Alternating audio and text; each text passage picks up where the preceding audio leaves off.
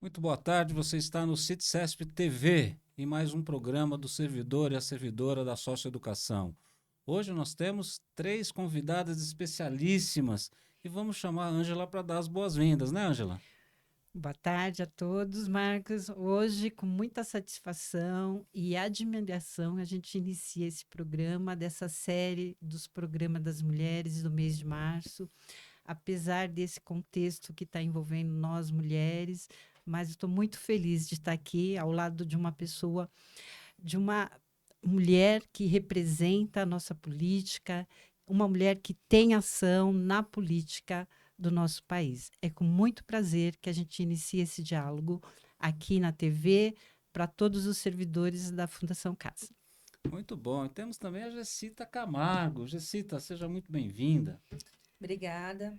Como a Ângela disse, é um prazer estar aqui, né, com uma pessoa também que está na política, é mulher e que nos representa, né? Então, com satisfação e agradecer a presença, né? E que a gente possa ter uma tarde super agradável. Vamos ler o currículo dela antes de apresentar, não? Vamos ler. É professora e supervisora escolar concursada pela Rede Municipal de São Paulo. Nasceu em Pirituba, na zona oeste do município, bairro que estudou e morou grande parte da vida. É formada em pedagogia na USP, tendo cursado mestrado em educação na Unicamp. Além disso, é advogada, pesquisadora em direito educacional e conselheira do SIMPEM. Desde a juventude, participa ativamente de lutas e movimentos sociais em defesa dos direitos dos servidores públicos e profissionais da educação. Participou das mobilizações contra as reformas previdenciárias 2003, 2017, 2019 e 2022. Durante a pandemia da Covid-19, participou ativamente da Greve pela Vida, que paralisou a categoria por 118 dias. Em 2018, foi candidata ao cargo de primeira suplente de São Paulo pelo PSOL. É também uma das idealizadoras dos conselhos de inclusão, Mirim e do EJA na Câmara Municipal.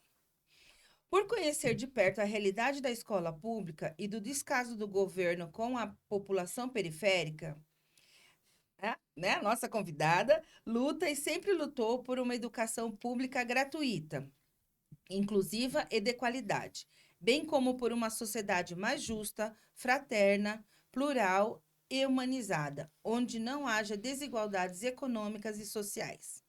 Inspirada por Paulo Freire, defende uma educação libertadora e que dialogue com a realidade de cada aluno. Atualmente, reivindica pela revogação do confisco de pensões e aposentadorias dos servidores municipais e estaduais, por um reajuste salarial digno, pela convocação dos aprovados em concurso público e pelo direito de acesso à educação. Muito bem. É um prazer receber a deputada federal Luciene Cavalcante. Seja bem-vinda, deputada.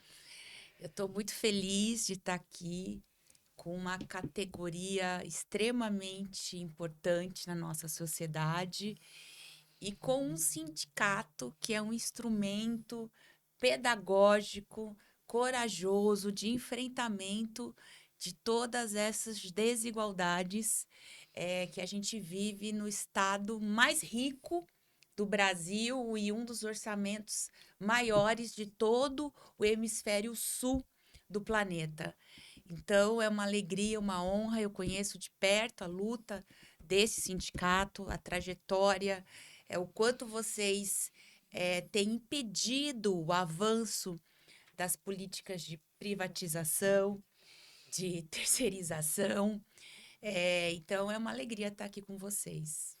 A alegria é nossa te receber, sempre nos recebe com muito carinho em Brasília, né, Ângela e Gessita? Sim, nós tivemos em agosto no no estudo do plano, né, na avaliação do plano decenal em agosto, e a gente teve a oportunidade de ir no gabinete da deputada, onde ela acabou nos recebendo. A gente também trouxe livros de lá, né, exatamente, da questão da educação, e combinamos encontros, novos encontros, né, Marcos? E como a deputada está falando, a gente tem temas bem caros, como a privatização, desmonte da socioeducação, a questão também do descongelamento, que ela, né, avançou muito nesse PL, que virou um projeto de lei. E estamos aqui pedindo algumas outras coisas para ela, que a gente vai marcar aqui, para a gente estar discutindo ao longo A desse gente projeto. também esteve, Ângela, no Ministério da Justiça também, numa audiência com o ministro à época, tratando também dessas questões, já levando essas denúncias dos desmontes das políticas socioeducativas aqui do estado de São Paulo. Sim, bem lembrado. A deputada me convidou, eu acabei indo representando o SIMPC e o sindicato, e a gente acabou tendo essa audiência mesmo com o ministro, né? Isso. Deputada, como está a bancada que defende os trabalhadores em Brasília, no Congresso? Olha, Brasília, a gente está num ano muito importante, 2026, que é um ano eleitoral. A gente vai renovar, vai ter oportunidade de renovar 2/3 do Senado Federal, além de todos os deputados federais. A gente sabe que é um Congresso que é inimigo do povo. Por ser inimigo do povo, é estratégico dentro dessas bancadas majoritárias, do agro, dos bancos, destruir os serviços públicos. Então, a gente vem enfrentando vários ataques. Só que a gente conseguiu, dentro desse cenário, que é o pior Congresso da nossa história, da nossa República, formar ali uma articulação muito forte, suprapartidária, e, por exemplo, a gente não deixou avançar até agora, mas que é uma espreita sempre a nos rondar, a reforma administrativa. O ano passado foi marcado o tempo todo pelo enfrentamento dessa reforma administrativa, que é a legalização da venda de todos os serviços públicos, de todos, todos. E, por consequência, do fim das carreiras e dos servidores públicos, sejam eles por CLT, como é o caso de vocês, sejam os estatutários. Então, é um enfrentamento constante. Toda vez que, por exemplo, a gente vem eles vêm com um discurso para a sociedade, não, porque a gente tem que acabar com os super salários dos serviços públicos. Gente, os super salários é 0,06% de todos os serviços públicos que estão na magistratura, nos altos cargos do Ministério Público. É isso daqui. A grande maioria dos servidores públicos tem a média salarial de R$ 2.500. Isso são dados, isso é estatística.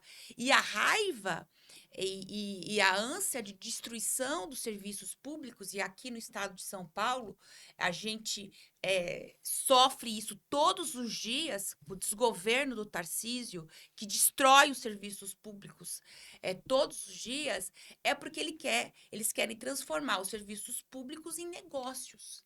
Eles querem vender. E, para isso, tem que destruir os servidores públicos. Nós somos alvos e continuaremos sendo alvos. Por isso que é tão importante que todos os servidores atendam aos chamados dos sindicatos, estejam junto aos seus sindicatos, para poder fazer frente a essas tentativas que são constantes de desmonte dos serviços públicos, porque eles vêm com uma narrativa de combate a super salários, mas na verdade não é, eles querem vender todos os serviços públicos, e cabe a nós, os sindicatos, as confederações, fazer o contraponto. Então, é muito difícil, a gente conseguiu chegar até aqui e quero lembrar que eles fizeram a PEC 66 o ano passado também, lá no Congresso Nacional, que foi a PEC dos precatórios.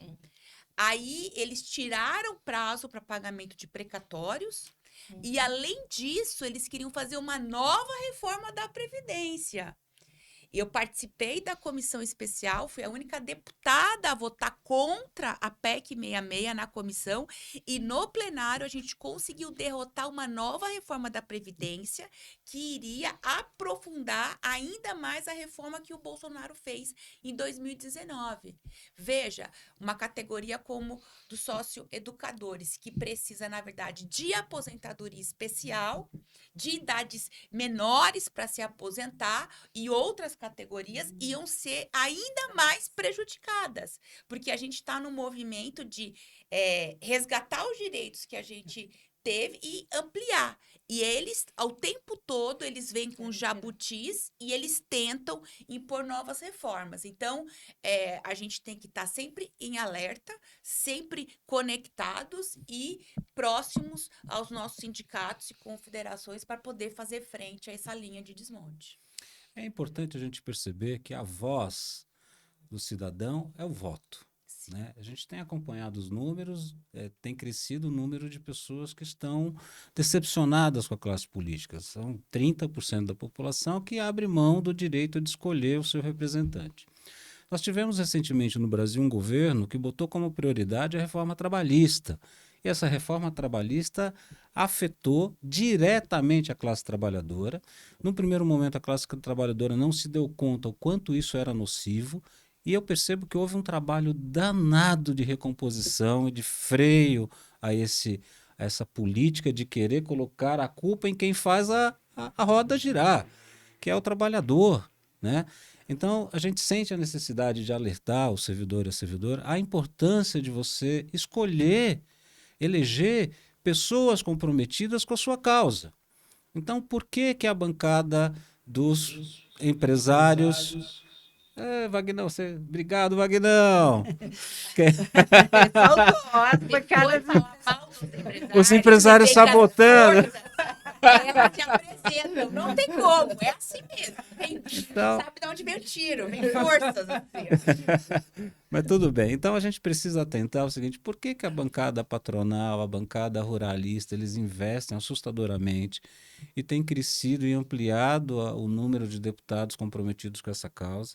É importante o trabalhador se dar conta de que ou ele elege pessoas comprometidas com a sua dor, ou ele aprende a viver com a dor. Não tem outro caminho, eu não vejo outra possibilidade.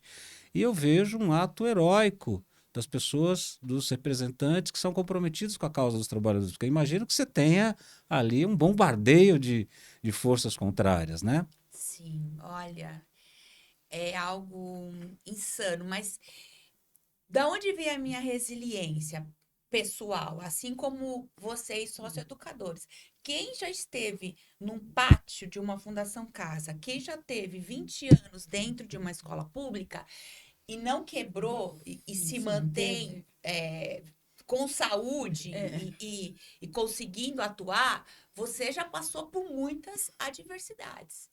Então, eu tenho essa força comigo, pessoal, eu tenho muita consciência do que eu estou fazendo ali, para que eu fui eleita, e terceiro, eu também me alio com pessoas que tem pessoas, somos minoria, mas a gente tem um cordão ali de sobrevivência. Dentro do meu partido, eu tenho o Guilherme Boulos, que é uma força muito importante, eu tenho Érica Hilton, eu tenho o pastor Henrique, então são pessoas que a gente caminha junto em várias lutas, e de outros partidos também, que eu tenho o Socorro Nery do PP, eu tenho o Rafael Brito, que é do MDB, eu vou fazendo relações que são pessoas que têm um compromisso com o serviço público, e tanto é assim que a gente conseguiu, em 3 anos, aprovar e sancionar, apesar do lobby de prefeitos e governadores, 2 projetos de lei com impactos financeiros. Porque a grande dificuldade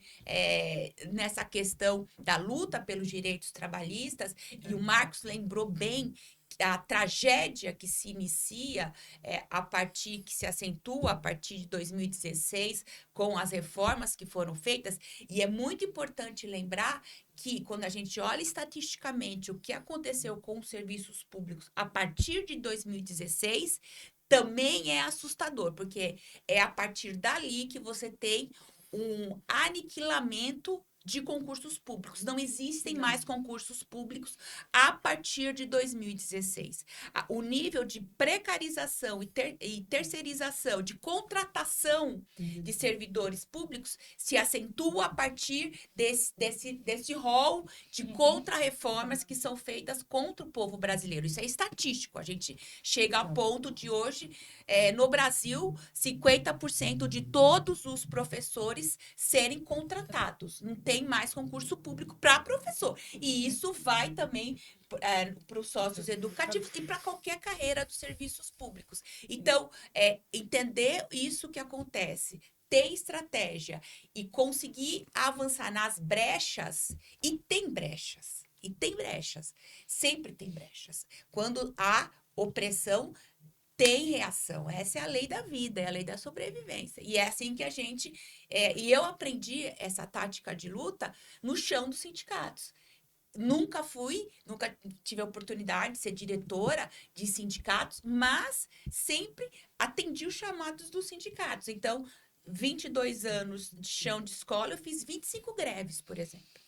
Porque teve ano que a gente teve que fazer 2 vezes greve por ano, que é a maior força de resistência que a gente tem, é a greve, é paralisar a nossa força de trabalho. Então, a gente foi atuando e pensando nessas estratégias, fazendo as articulações muito difíceis, mas que são possíveis, a gente conseguiu avançar e sancionar, e o presidente Lula sancionou esses 2 projetos que são muito importantes.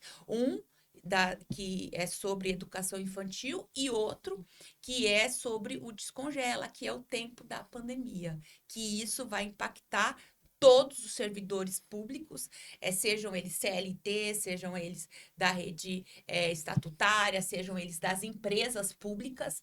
A lei, ela abrange a todos e garante a devolução automática de todo esse tempo de trabalho, dos 583 dias. Então, nesses últimos 20 anos, é a maior vitória dos servidores públicos, e que só foi possível porque houve uma unidade na ação de todas as confederações, dos sindicatos, e a gente conseguiu, dentro do parlamento, juntar essas forças e passar nas brechas que o sistema apresenta. A gente conseguiu ali, de uma forma, teve que ficar num trabalho de formiguinha, de articulação muito grande. Para vocês terem uma ideia, nos primeiros 2 anos, o presidente Arthur Lira, ele era taxativamente contra. Eu cheguei aí até Alagoas, numa das tentativas de negociação para ver se persuadia, se convencia ele da importância de colocar em pauta no plenário. Ele falou, não, enquanto eu for presidente, você não coloca. Você não coloca porque não trabalharam. Ele falava isso para mim, não trabalharam durante a pandemia. E aí, quando houve a mudança da presidência, a gente percebeu, é agora que a gente vai voltar, e conseguimos. Demorou 8 meses de diálogo com o presidente Hugo Motta e o Colégio de Líderes, e no dia 27 de agosto do ano passado, o único projeto que foi discutido e aprovado em segunda votação na Câmara foi o Descongela. E aí ele na íntegra, sem nenhuma mudança, porque lá na Câmara a gente não vota os projetos de lei, a gente vota os relatórios. Por isso que é tão estratégico entender a importância dos relatores, porque seja no Senado ou na Câmara, ninguém vota projeto. Então, o presidente pode mandar o projeto, você pode apresentar o seu projeto, mas o que vai ser votado é o relatório, e o relator tem o poder de mudar totalmente o seu projeto. Então, além de você apresentar, além de você pautar, você tem que articular para ver quem vai ser o relator, senão ele destrói o seu projeto. Então, é trabalho à beça. E lá no Senado, a gente conseguiu fazer uma articulação com 2 senadores, que são senadores de outros partidos, mas que são compromissados com o serviço público, que é o senador Flávio Arnes e também com a senadora Dorinha. Conseguimos um número regimental para regime de urgência, e conseguimos votar também 2 vezes. Eles tentaram um golpe, apresentaram uma emenda, o Alcolumbre apresentou uma emenda, que retirava o instrumento de devolução automática.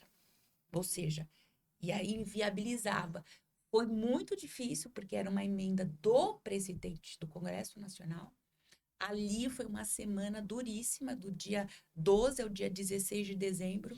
Foi uma loucura o trabalho que a gente teve que fazer de articulações, de ligações e de diálogos, de conversas, para persuadi-lo de retirar a emenda.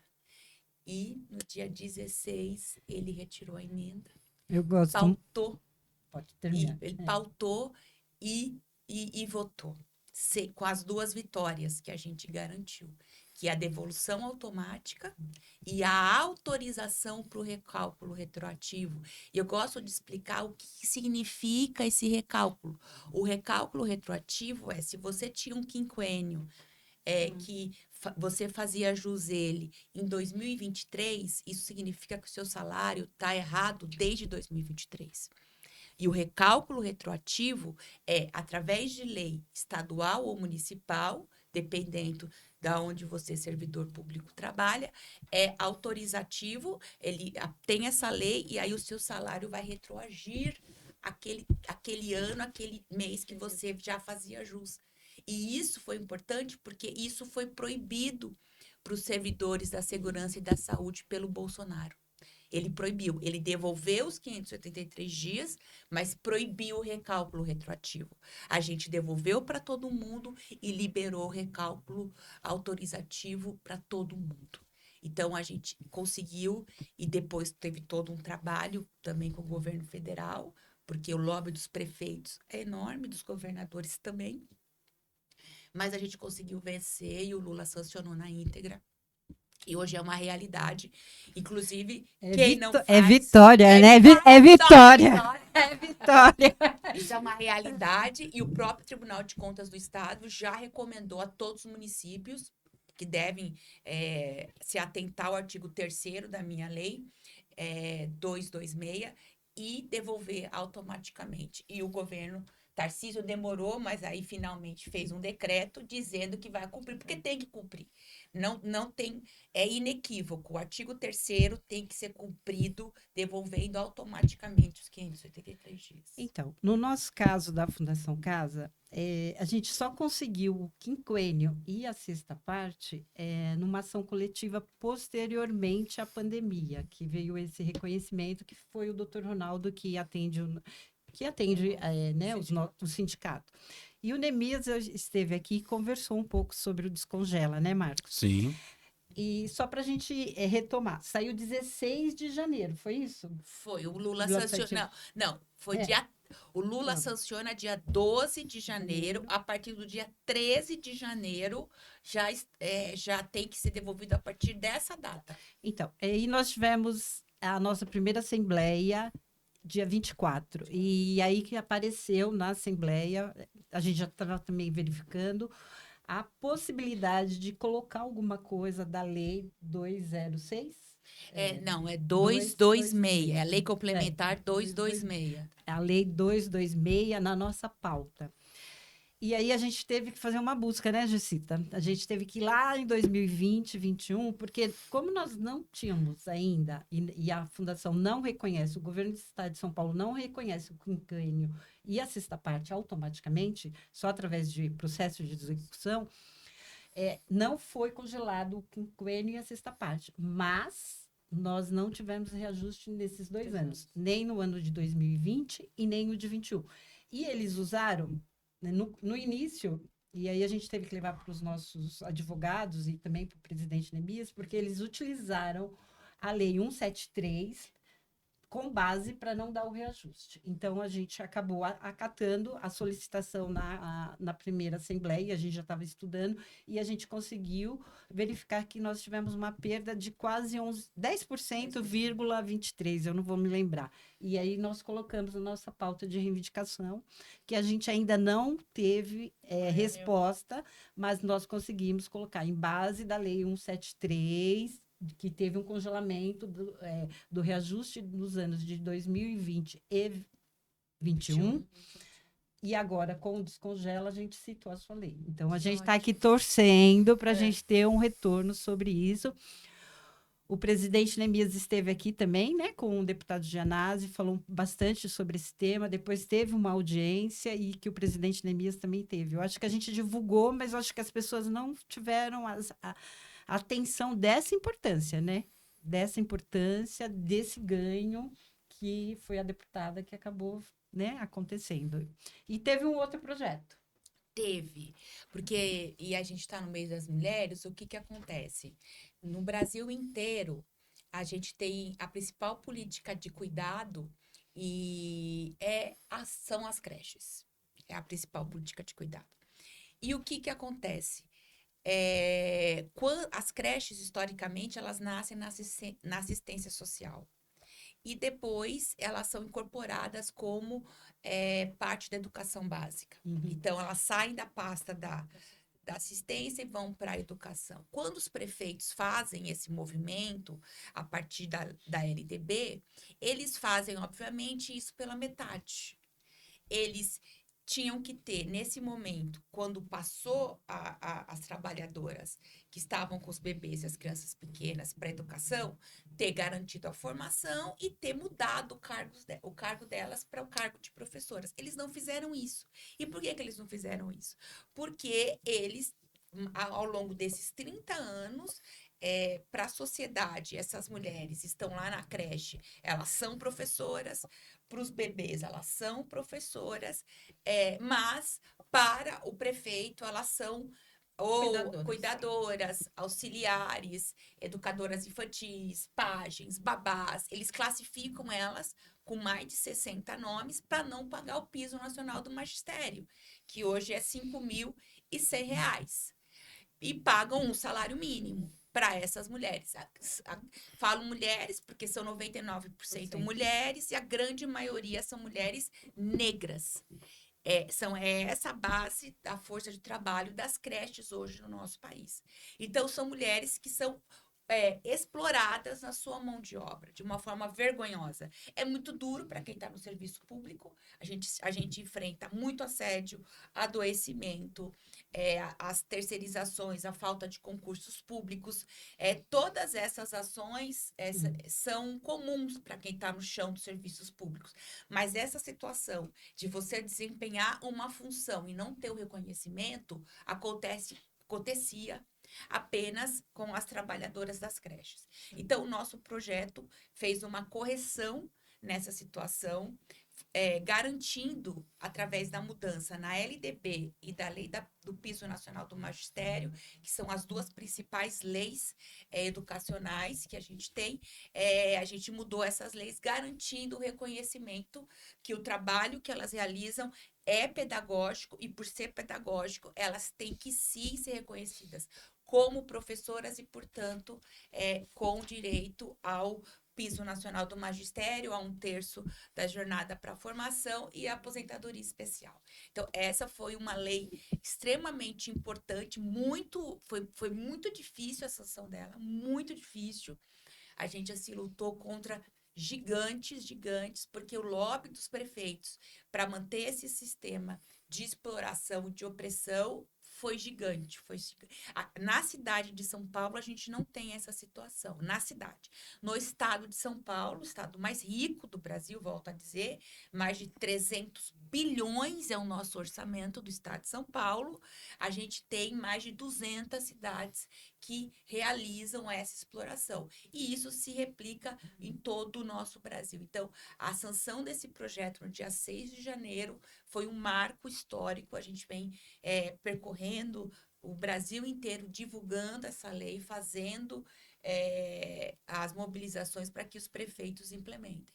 Então, isso tudo é sistema de garantia de direitos fundamentais, assim como o trabalho que a Fundação Casa realiza. Tem um tempo para estar fazendo essa transição? Não, a legislação não coloca o tempo porque entende-se que é imediato. O que as prefeituras, que os prefeitos são compromissados com a legislação, aí eles já montaram um grupo de estudos, porque você precisa fazer uma adequação do seu sistema. O governo federal, e aí é que tá, a gente vive num pacto federativo. E essas situações, elas trazem benefícios, mas também trazem dificuldades na implementação de políticas públicas. Então, o governo federal, ele coloca linhas gerais que os estados precisam observar. Só que os sistemas têm autonomia para poder gerir os seus sistemas. Então, e essa autonomia precisa ser respeitada. A mesma coisa acontece com os sistemas socioeducativos. O SINASE, ele vai e coloca linhas gerais, mas cada estado tem autonomia para poder fazer a sua gestão. Inclusive, dificultando até o acesso aos dados, como é o caso aqui do Tarcísio. Tarcísio não tem transparência com relação aos dados, seja para com o governo federal, seja para com os órgãos de controle. É uma caixa que você não consegue acessar com a facilidade que deveria. Então, não tem transparência e ele tem a prerrogativa de fazer a gestão. Por isso que é tão importante a gente estar acompanhando, porque é cláusula pétrea da Constituição, autonomia dos entes federativos, mas eles precisam observar as normas gerais. Então, esse é o embate, a luta que a gente realiza. Então, inclusive, nesse seminário que nós fomos, na avaliação do SINASE, um do tema era exatamente a implantação do CIPIA, que é o Sistema de Informação sobre o Sistema Socioeducativo. E a gente ficou bem... eles estavam reavaliando esse novo sistema, né, Jessita? E a gente realmente ouviu isso que você está dizendo. A Fundação, ela tem um sistema onde ela alega que esse sistema é bem desenvolvido e não participa das informações a nível federal. E foi isso que eu até tentei falar outro dia, que eu falei, nós já temos um sistema de informação. Nós precisamos implantar esse sistema porque a gente está de acordo com o SINASE. Senão, a gente não está de acordo com o SINASE. Sim. É isso, né? É um escândalo. Olha, gente, o que acontece aqui no estado de São Paulo, que o Tarcísio, ele tem realizado de políticas que são mentirosas, que são covardes e que são canalhas. Não tem parâmetro na história do nosso país. Ele esconde informações, ele é mentiroso e ele é mentiroso. Veja o que está acontecendo com as forças de segurança hoje no estado de São Paulo. Os policiais civis fazendo movimento, ele entrega colete vencido para os PMs fazerem a segurança. A gente tem uma crise no sistema de segurança e essa crise, é lógico, também está no sistema socioeducativo. Ele é covarde porque ele atua com assédio contra todos os seus servidores.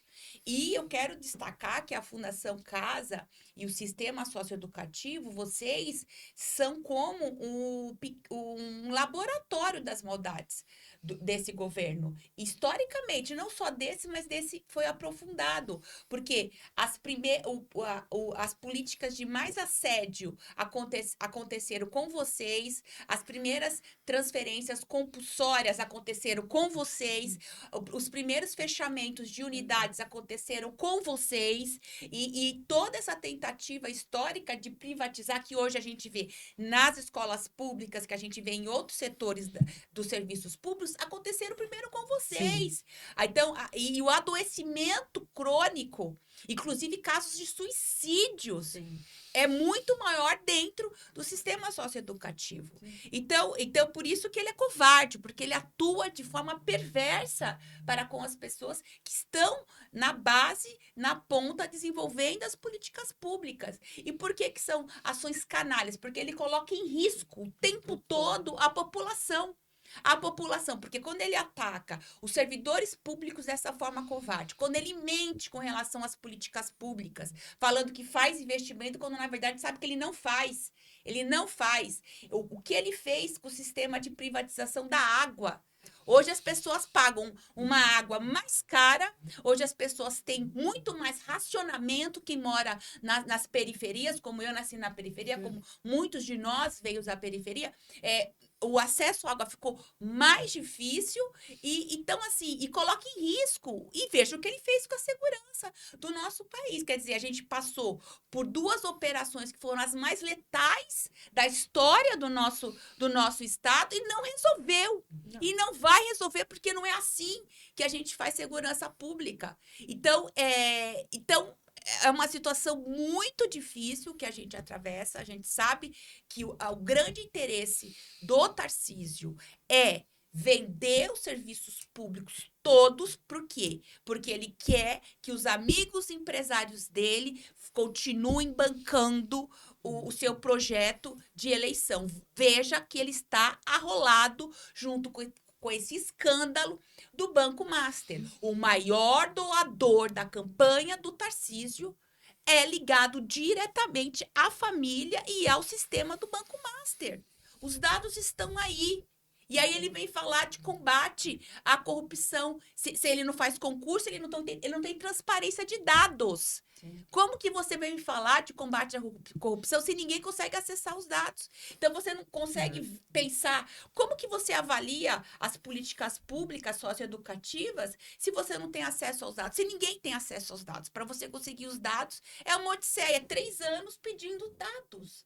Então, assim, é uma situação vergonhosa o que a gente enfrenta com essa pessoa, esse sujeito, que ele veio para São Paulo e todos os dias ele joga uma bomba num serviço público. Todos os dias. E vocês, os sócios, quem está fazendo esse trabalho de sócio educativo, vocês são a única função dentro desse sistema que tem. Dentro desse sistema de socioeducativo, vocês são os únicos que têm a visão do todo. O psicólogo, ele cuida de uma parte, o professor que está lá dentro cuida de uma outra parte, o sócio educador, o agente que está ali, só vocês acompanham toda a rotina do jovem, do adolescente que está em privação de liberdade. Só vocês fazem isso. Vocês têm um papel de reeducar, que é muito mais difícil, e são responsáveis, sim, pela disciplina e pela segurança do ambiente. Então, e não tem nenhum giz, porque o professor, eles dão um giz para a gente salvar a sociedade, né? Agora, e vocês? Como vocês estão ali dentro, nesse ambiente, sem vocês terem nem sequer acesso aos dados, uma política de desvalorização absurda. É absurda a situação que o socioeducador hoje enfrenta. E essa conivência perversa da grande mídia, que não fala sobre o que está acontecendo, não coloca a verdade para a população do que está acontecendo, e quando vai falar, ainda defende a privatização, porque o problema é um problema que as pessoas têm que ser privatizadas, porque é isso que vai resolver.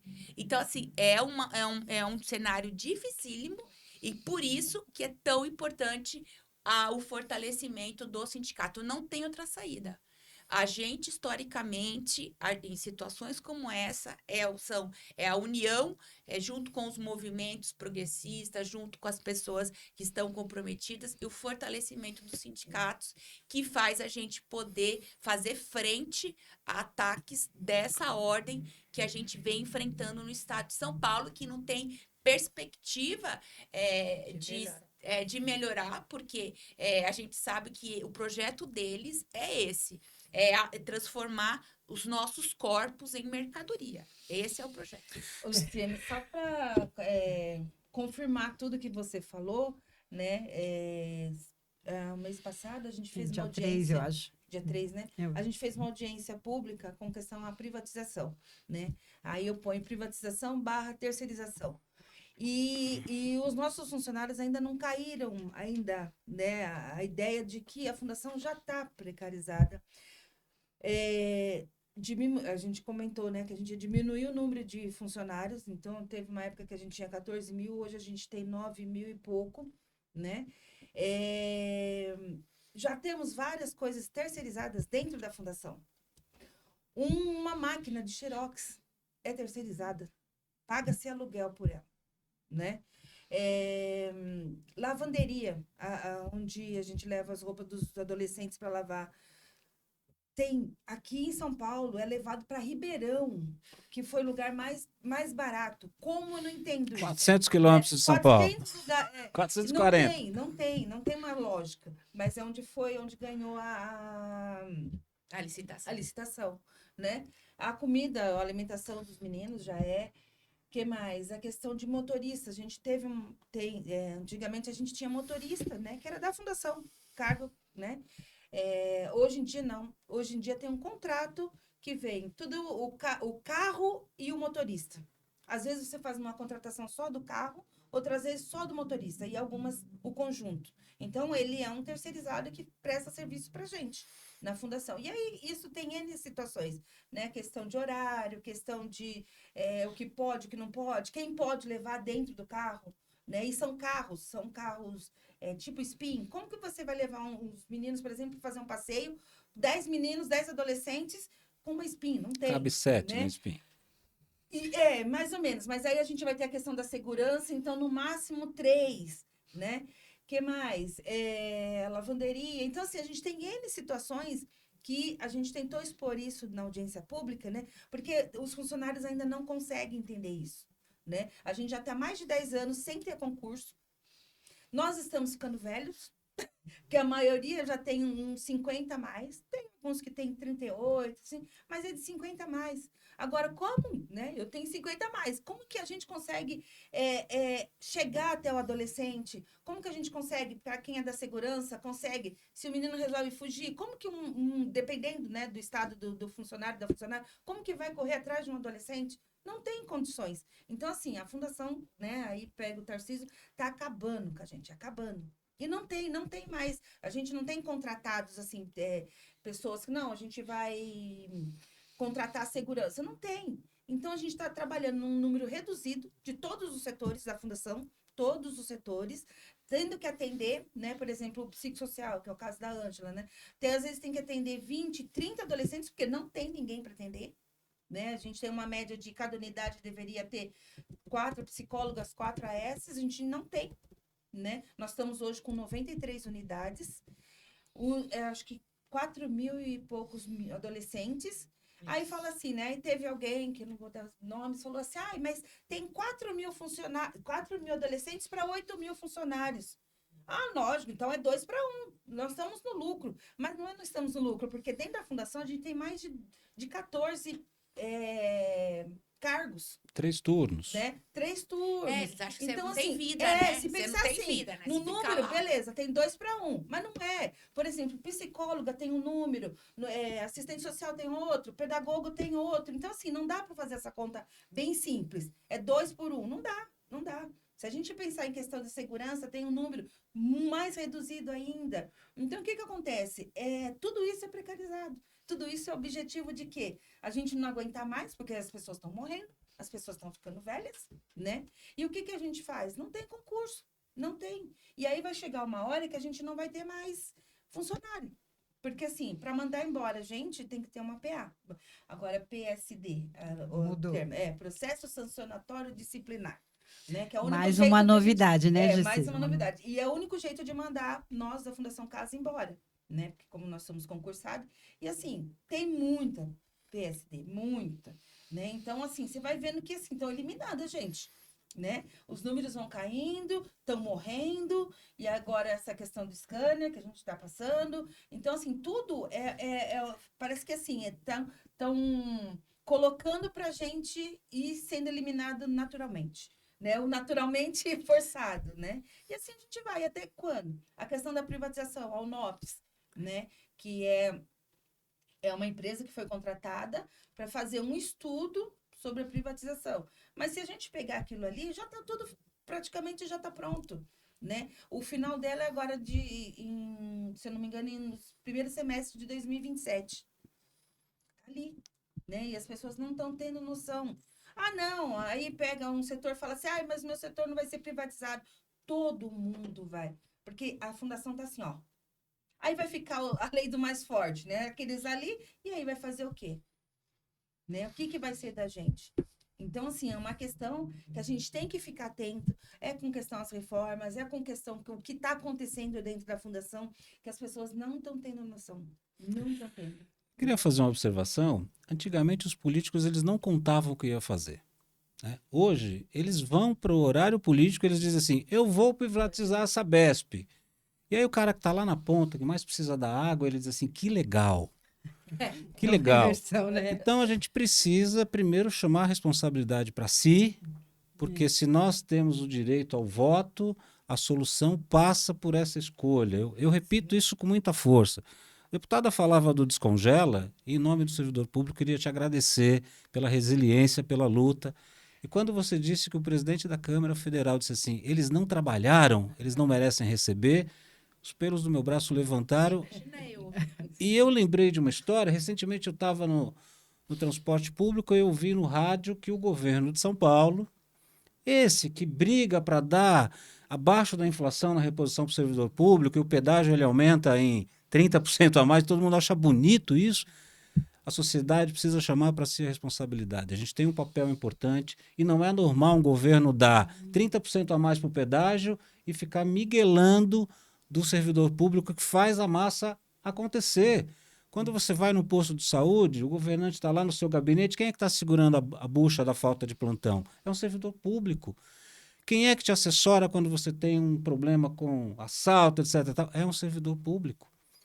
Então, é preciso dominar essa narrativa e dar a importância para o servidor público que ele merece.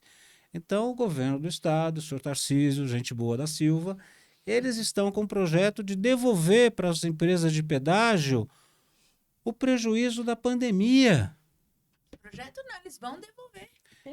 Gente, a gente precisa ir lá. Ó, o Palácio Eles dos vão Bandeirantes devolver. é super bonito. O que ele gasta de gente para fazer segurança ali daria para salvar nossas vidas.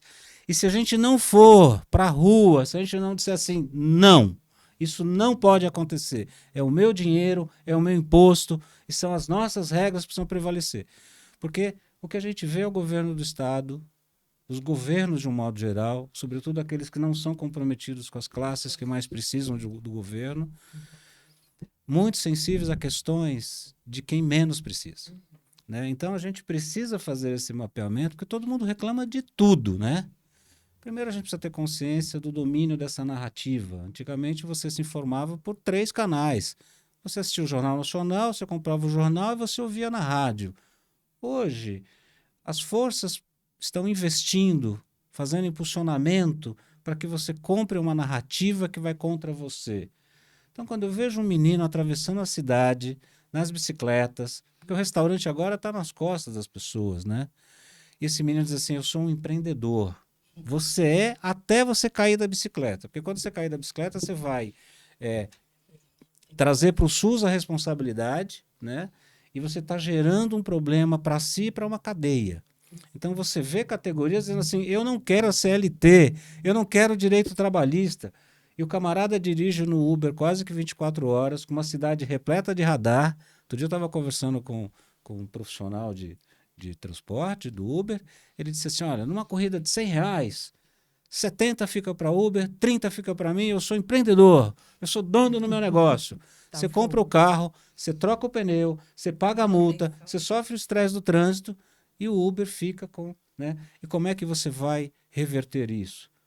O cara do Uber vai acordar de manhã e falar assim, coitado do motorista, vou ser flexível. Não, isso aí é uma política de defesa de direito e a gente precisa aprender a abraçar quem luta para os nossos direitos. Outro dia a gente tem um programa que a gente recebeu a Mônica Calazans, que é a enfermeira que foi a primeira vacinada de Covid, e ela disse assim, o povo está doido, o povo quer gourmetizar a vacina, o cara quer saber se foi feito por A, por B, por C. Amigo, a vacina foi feita em 6 meses e funcionou, irmão. E aí tem um grupo de gênios da humanidade que diz assim, vacina não. Só que quando nasce teu filho, você pede pelo amor de Deus para ele tomar todas as vacinas, senão ele vai morrer, amigo. Desde que o mundo é mundo. Então a sociedade precisa se reciclar. Agradeço por ter podido fazer esse parênteses. Aqui desde o início do programa a gente tem um vídeo do presidente Neemias de Souza, que está viajando, fazendo trabalho de base. Então a gente segue a regra. Como é que a gente vai reverter a privatização, a eventual privatização? lutando, indo para a rua e dizendo não, trazendo a sociedade para entender que quem cuida da juventude, quando está numa situação de conflito com a lei, são os socioeducadores, que são muito desrespeitados. Quando que tem mídia? Os meninos já perceberam que eles fazem uma denúncia mentirosa e todo a ação vai contra quem está ali no dia a dia. Quem está ali trabalhando com plantões tem um número mínimo de profissionais e você está trabalhando com um número infinitamente menor, tendo perigo para o profissional que está ali e para o menino que está ali também. Né? E a sociedade precisa ser atenta a isso, porque são números, os números estão ali. A deputada falou, é difícil, eles estão restringindo. Claro, informação é poder. Por que eu vou dar essa informação? Mas o dia que a sociedade acordar de manhã e falar assim, ó, antes de ver como é que está o meu TikTok, antes de ver os vídeos engraçadinhos, eu vou acompanhar aqui no Congresso Nacional quem é a deputada que eu vou mandar um like para ela, que eu vou mandar uma mensagem na rede social, que eu vou compartilhar no grupo de família. Por quê? Foi um trabalho danado para fazer esse descongela aqui. Com esse mundo de informação, eu, cara, sou jornalista de formação, leio, tal, mas a gente tem tanta informação. Quando o Descongela foi aprovado, a minha primeira preocupação foi falar assim, quem trabalhou para isso aqui acontecer? Por que ninguém pensou nisso antes? Porque precisa mesmo ter essa batalha toda ser uma coisa óbvia, né?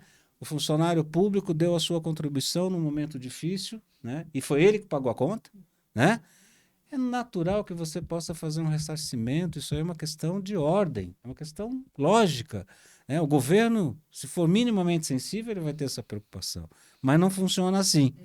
Não. Ela disse que precisou pegar um avião e ir para outro estado, porque não deve ter sido fácil fazer essa agenda em Brasília, os caras nunca estão lá, né? Nunca estão disponíveis, não querem ouvir sobre isso. Então é importante a gente ter esse reconhecimento.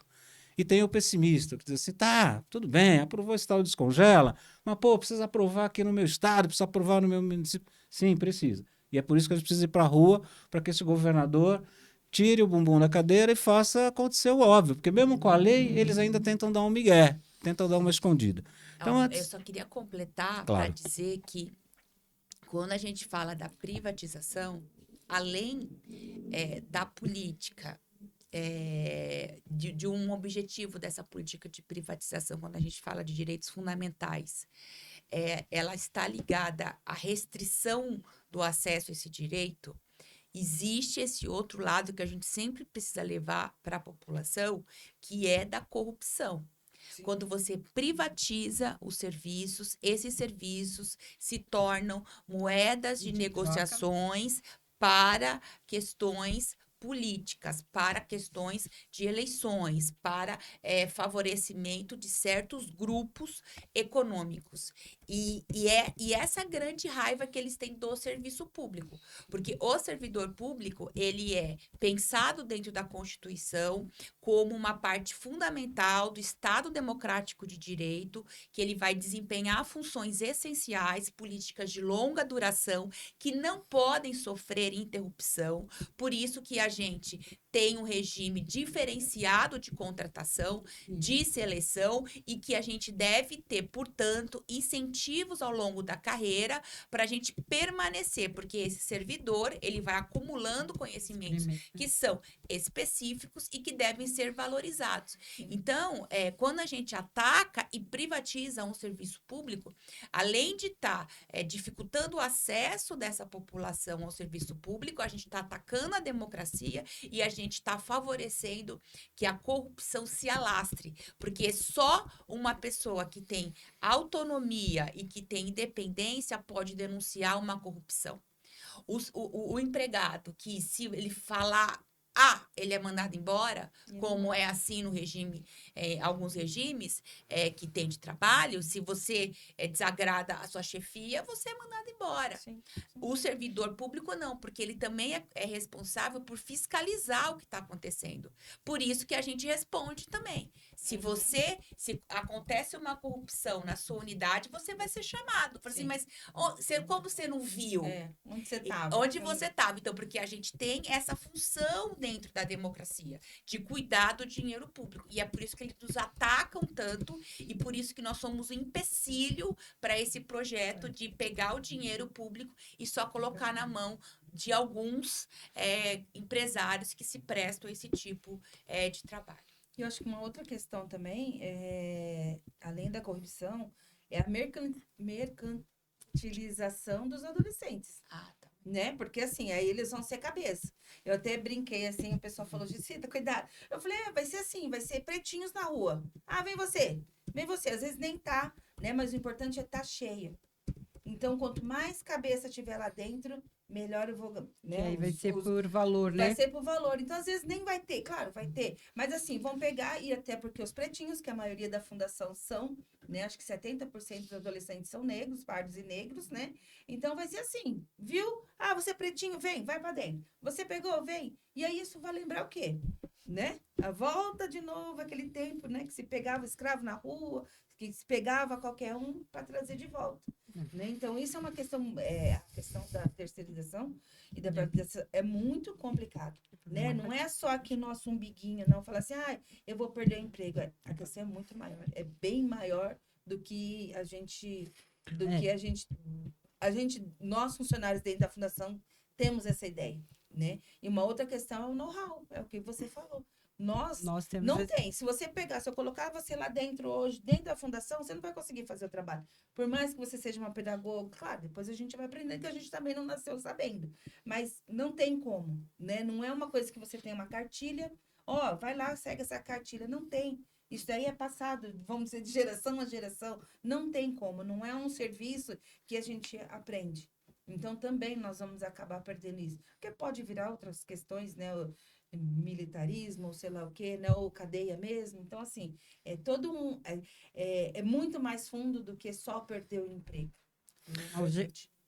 Queria só fazer uma parte, Marcos. Por favor. E aí, já, né, que a gente está com essa oportunidade da Luciane estar aqui, a gente falou um pouco da privatização, eu já peço para ela, né? O Faustino está ali fora, vai pedir uma agenda com o presidente, mas, assim, a gente precisa fazer um requerimento para o representante da ONU, para a gente entender um pouco do contrato da UNOPS. Aí eu gostaria, né, como ela às vezes acaba fazendo esses requerimentos a nível de Brasília, então já peço aqui para a gente fazer assim, não se tem não se fala em privatização na Assembleia, né? Então a gente queria saber de onde que surgiu, né, assim, esse contrato da UNOPS. Então, esse contrato, que na questão de dados e transparência, tem um modelo que é IAT.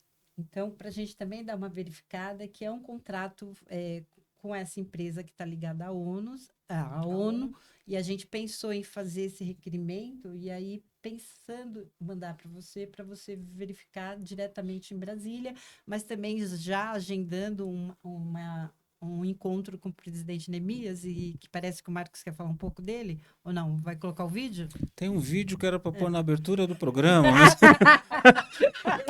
como o papo estava bom, podemos passar o vídeo agora? O presidente está viajando, está em trabalho de base no interior com a vice-presidente Aline Alonso, e gentilmente eles gravaram um vídeo aqui para a gente dando um salve. Magnão, se você tiver na mão aí, a gente põe agora, senão eu converso mais um pouquinho. Pode ser agora?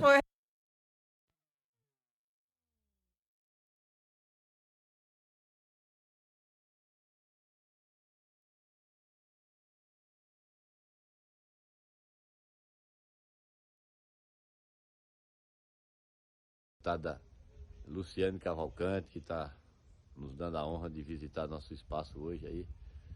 Quero desejar aí um bom programa para vocês, que dá uma boa audiência. Quero também fazer um carinho na nossa audiência aí, dos amigos da TV City Cesp, que estão sempre assistindo e para pegar informação. Eu estou aqui com a minha vice-presidente Aline, e chegando aqui já encontrei o Adelso, que é nosso delegado sindical aqui de base. Estamos aqui em Araçatuba visitando a base para falar o que o sindicato está fazendo, mostrando um pouco da nossa luta, o quanto é difícil, mas se a gente esmorecer, fica pior ainda, minha gente. Então, quero lembrar a todos aí, quero mandar meus parabéns aí para as mulheres. Hoje é a Ângela e a Jessita que estão lá. Hoje são 2 mulheres, o mês de março vai ser feito o TV City Cesp só por mulheres. E a gente quer cumprimentar e mandar um beijo no coração e um carinho para todas as mulheres da Socioeducação, da Fundação Casa e todas as mulheres do Brasil que merecem toda a nossa gratidão e nosso carinho. Beleza? Forte abraço. Deputado, muito obrigado mais uma vez. Deus abençoe vocês aí. Bom programa.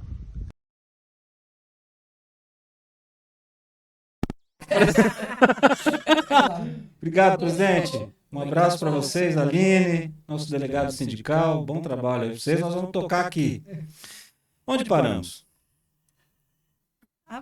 Deputada estava falando. Eu tenho uma dúvida. Não, eu só vou responder, Ângela. É. Eu faço sim esse requerimento de informações, a gente vai fazer os agendamentos. Acho muito importante a gente seguir com essa nossa agenda lá no governo federal, articulando as políticas em defesa dos servidores socioeducativos aqui do estado de São Paulo.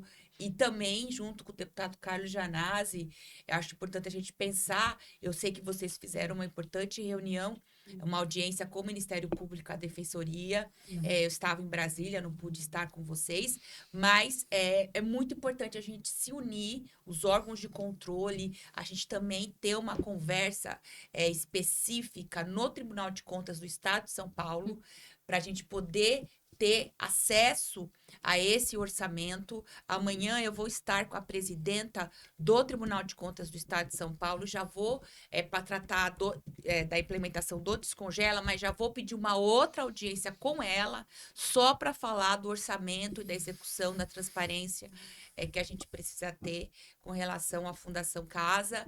Então, a gente tem como continuar realizando uma série de ações para fortalecer a luta. E a gente agradece, né? E a gente agradece. O pagamento do contrato. Já tem tudo lá, certinho, 21 milhões, né? 21 milhões pro estudo. Então, mas tudo começa com estudo, né, gente? Então. A gente tem que lembrar que não é à toa, né? À toa que isso está acontecendo. É isso que eu falo, né? A gente não sabe se é um estudo, mas tudo que está lá já está acontecendo. Meio que informalmente, né? Eles falam que é um estudo. São 24 milhões? Investimento? 23, 23 milhões? 21, para 21 mim era uns 23 milhões, mas Tem que ser um só puto estudo, tem que ser uma pós-graduação. um então, estudo para verificar a viabilidade em relação Aos companheiros da Brasília. Esse foi uma outra turma também que foi. Que foi. Pra... É a vingança dos operadores masculinos.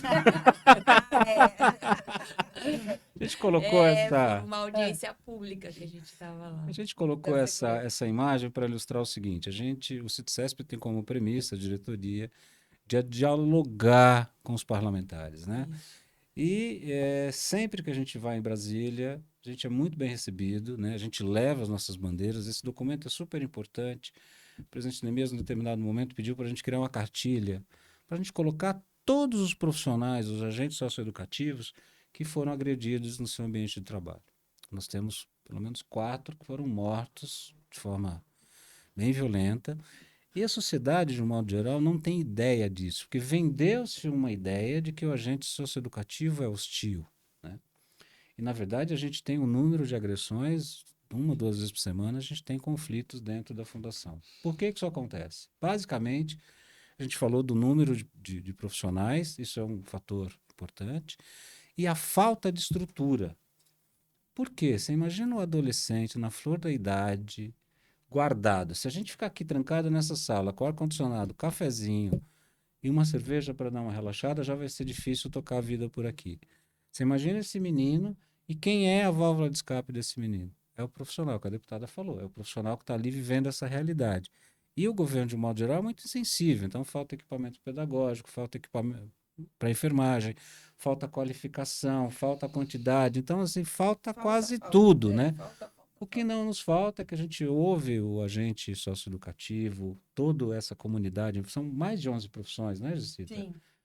E a gente percebe o amor que essas pessoas têm por esse trabalho. Então, assim, quanto tempo você trabalha na Fundação Casa? Eu trabalho há 30 anos. E você gosta? Não, não gosto muito. Você ama, amigo. A gente percebe que você ama. O olho enche d'água, fala dos meninos. O presidente mesmo outro dia estava me contando, ele fazia o plantão noturno ali na Vila Maria, ele adora ler, então ele andava com o livro embaixo do braço para lá e para cá, e o menino, senhor, eu queria ler esse livro, vou te emprestar, mano, vai amassar meu livro e tal. Então tem essa troca, né? Acaba virando, né, da família, acaba tendo ali toda uma interação. O contato é muito próximo, né? São 12 horas diárias, né, Marcos? É muito tempo. E a gente, por mais que não queira, você acaba ouvindo histórias, as histórias acabam estando ali na tua pele, né? É uma marca muito grande. Trabalhar no sistema socioeducativo deixa uma marca, né? E como a Luciane falou, aqueles que sobrevivem, né? Acabam não ficando doentes, continuam trabalhando, eles têm todo um know-how e uma prática para trabalhar, né? Dentro do pátio. Sem dúvida. Deputada, reforma administrativa. Toda vez que eu paro para olhar a reforma administrativa, eu entro em pânico. Será que o servidor tem noção do impacto que a reforma administrativa promete em suas vidas? Olha, a gente vive numa sociedade hoje que temos muito acesso à informação, mas, ao mesmo tempo, muita informação desconectada ou fake news. E isso prejudica muito a formação de consciência da população em geral. E os servidores públicos estão dentro da população, são impactados por todo esse movimento pós-moderno que a gente vive. Não tem, porque é a destruição, porque é o fim. É o fim de qualquer perspectiva de direitos. É a mesma prática que foi feita em 2016 pelo Michel Temer, que rasgou a CLT, que transformou os direitos trabalhistas em pejotização, sem nenhuma garantia de nada. É a superexploração travestida de uma certa autonomia que é mentirosa, que não existe. Então, tem essa discussão muito grave lá no Congresso Federal, como eu falei no início aqui do programa, mas o que acontece? Enquanto eles não conseguem fazer essa reforma por lá, a gente vê como o Tarcísio fez no final do ano passado, que mandou um pacote também, que é uma nova reforma administrativa, uma farsa de reforma administrativa, que vai mudar 8 leis de servidores aqui do estado de São Paulo. E isso tem sido uma prática muito feita pelo Tarcísio, através de instruções normativas, por exemplo, as transferências compulsórias, as avaliações de desempenho subjetivas. Você não pode ficar mais doente. Então, ficar doente significa você ser um mau servidor. Então, essas práticas que são práticas ilegais hoje, mas que estão já sendo praticadas, elas antecipam o que vai acontecer com as reformas administrativas. E, como eu já disse, tanto o Ricardo Nunes aqui na cidade de São Paulo, como o Tarcísio, tem já implementado várias medidas que vão fazer isso. Por exemplo, na cidade de São Paulo, o Ricardo Nunes fez algo impensável há um tempo atrás. Ele reduziu o salário de professoras e profissionais de educação que estão readaptados. Então, você sofreu um câncer, você está com uma doença extremamente séria, portanto, incapacitante, nesse pior momento da sua vida, ele mudou de um ano para o outro uma legislação que já tinha mais de 20, 30, 40 anos e reduziu o salário. Reduziu o salário dessas pessoas. Algo que você pode pensar assim, não é possível que ele fez isso. Ele fez. Então, eles pegam segmentos, como historicamente Maquiavel está aí para para demonstrar como o poder funciona, eles vão, e mesmo você, quando você foi falar do processo de privatização, é sempre a mesma tática. Eles vão pegando setores. Porque, obviamente, se eles vão fazer o enfrentamento com todo mundo, eles não conseguem.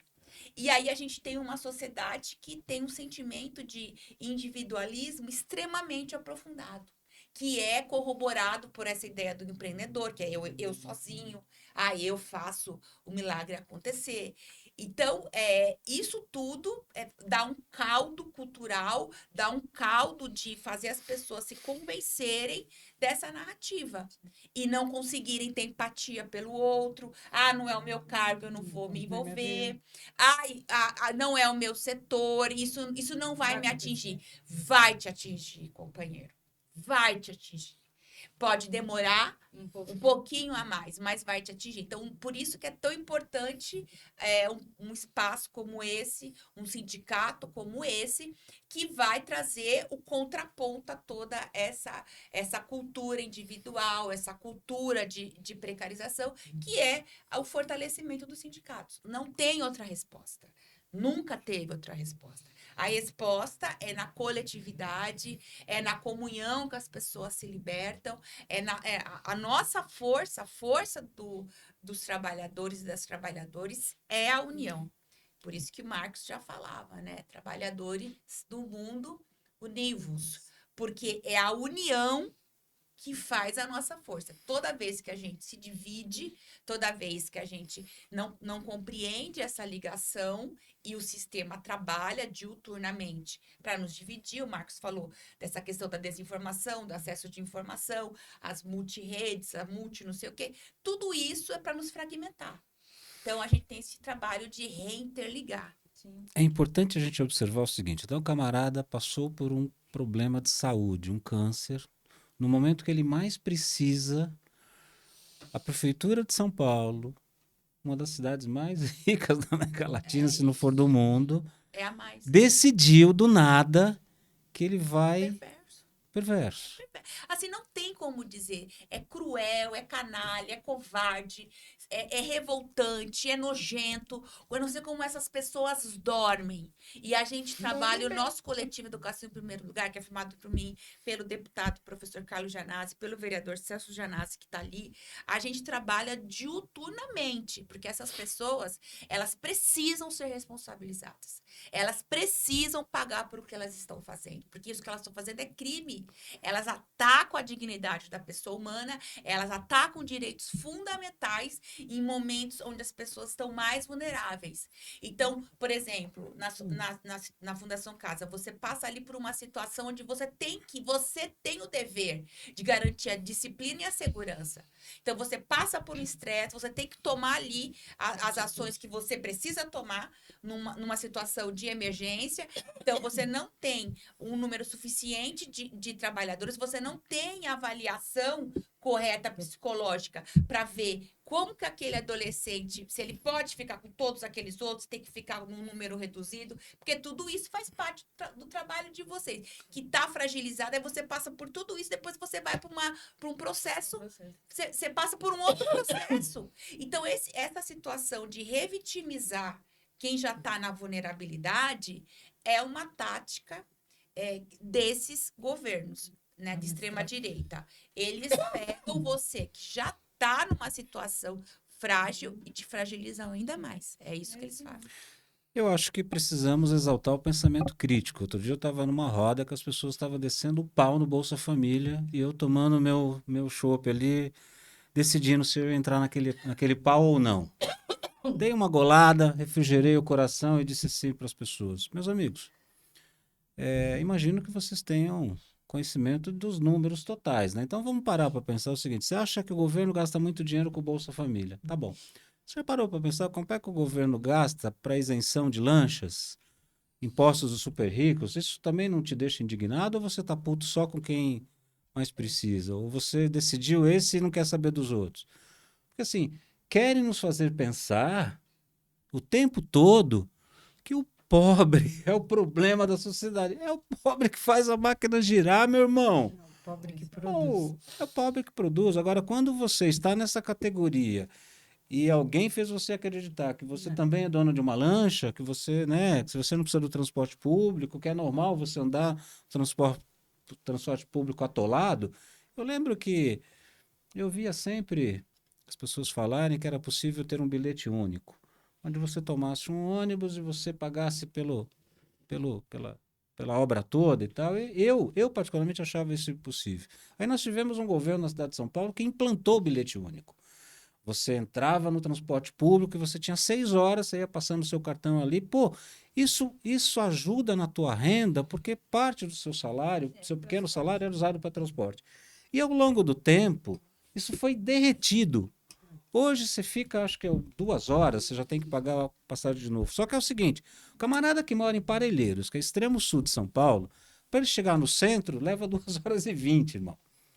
Então você tirou o direito de quem mais precisa e todo mundo acha isso normal. É normal.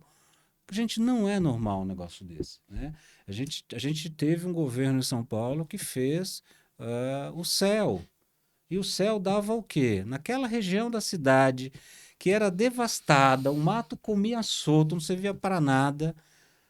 O governo ia lá e fazia uma escola de primeiro mundo. Tinha creche funcionando, tinha piscina. Eu lembro que a primeira que o Lula foi inaugurar, eu trabalhava no Globo nessa época, e a gente fez ali toda a parte do cerimonial e tal. As pessoas foram para a piscina, porque aquilo era, né? Você tinha piscina do lado de casa, assim, a imagem na Folha era todo mundo dentro da piscina ali, o bairro inteiro lá. E aí, quando houve a outra mudança de governo, a outra eleição, qual foi o argumento? Gasta-se muito dinheiro para fazer isso. Meu irmão, gasta dinheiro para você ter perua escolar para o teu filho ir para creche, gasta dinheiro para o teu filho ter a melhor educação e você elegeu o governo que diz assim, eu vou tirar tudo isso de você que você não merece e não precisa. Né? Então a gente precisa pensar o tempo todo do poder do voto, o poder de você fortalecer o seu sindicato. Então o nego fala, meu sindicato não serve para nada. Como não serve para nada? É ter o sindicato que se defende minimamente, é o sindicato que representa esse coletivo. Eu ainda ouço nas redes sociais, embora cabe dizer que o nosso pessoal é muito aguerrido, é muito valente, os números de acesso do CITSES são maravilhosos, mas aqui acolá o cara fala assim, você está indo na audiência pública ou você está indo numa manifestação de segurança, o que isso tem a ver comigo? E normalmente a gente responde assim, tudo. Porque se a gente não trabalhar em rede, se a gente não aglutinar forças, a gente vai ser tratorado, irmão. Desculpa, dona Ângela. Não, eu só ia falar, né, da foto, né? Nós aqui, com a deputada, aqui está falando, e também quando a gente teve a audiência com o ministro, a deputada também teve uma pauta que fala da primeira infância, né? Foi. Era desse projeto que eu aprovei. E isso é bem importante, Marcos, quando você fala Está comprovado que na primeira infância, cada R$1 gasto, a gente tem retorno de R$3 posteriormente. E até agora a gente não conseguiu fazer o plano da primeira infância, né? Era isso que eu só ia falar mais. Dessa foto foi nesse seminário que nós fomos, que a gente estava falando da avaliação do CIPIA, mas aqui tem a questão da primeira infância, que é tão difícil ainda implantar o plano da primeira infância, que está ligado com a Agenda 30, que está ligada com os 17... ou 10. Isso, das 10. Então, assim, o quanto que a gente está atrasado, né? Mas, assim, e se era uma maneira de diminuir, quer diminuir o sistema socioeducativo? Vamos valorizar a primeira infância, vamos valorizar os temas, e aí a gente tem uma diminuição natural do sistema socioeducativo. É isso aí. Deputada, aqui é no seu gabinete essa foto? É, lá em Brasília. Essa frase me chama muito a atenção. Educação em primeiro lugar. Educação em primeiro lugar, né? Educação. É o nosso mote, porque só complementando o que você falou, Marcos, o Brasil, ele investe muito pouco em políticas públicas. Quando a gente olha os números da OCDE, o Brasil investe 1/3 que a média dos países investe em educação, por exemplo, e nas políticas sociais. Então, não é verdade que se investe muito. Os dados estão aí. Um outro dado que é muito importante. No mundo, existem mais de 200 países, um pouco mais de 200 países. O povo brasileiro é o 9º dentre esses 200 e poucos que mais produz riqueza. Nós somos a 9ª economia do mundo. Nós somos um país extremamente rico e extremamente desigual. Quando a gente olha para o programa Bolsa Família, que é o maior programa que a gente tem de distribuição de renda, o que o Estado brasileiro investe em Bolsa Família é 4 vezes menor do que o Estado, mesmo Estado brasileiro, concede de isenção fiscal aos grandes grupos econômicos. É isso. Então, as pessoas, infelizmente, não têm acesso a esses dados. As pessoas, elas são convencidas por narrativas de pessoas que estão... a gente tem 400 anos de escravização no nosso país. A gente vem de uma elite. A elite brasileira foi a mais perversa de todo o continente americano. De todo o continente. A nossa elite, ela e continua sendo a mais perversa. Nós fomos o último a acabar com a escravização, a gente foi o último a deixar de fazer tráfico internacional de pessoas sequestradas na África, e só o fizemos porque fomos condenados pelas ordens de comércio exterior, senão eu ficava. Aí continuou fazendo aqui dentro, o tráfico aqui dentro, até que não tinha mais condições políticas e econômicas de seguir com esse modelo de exploração.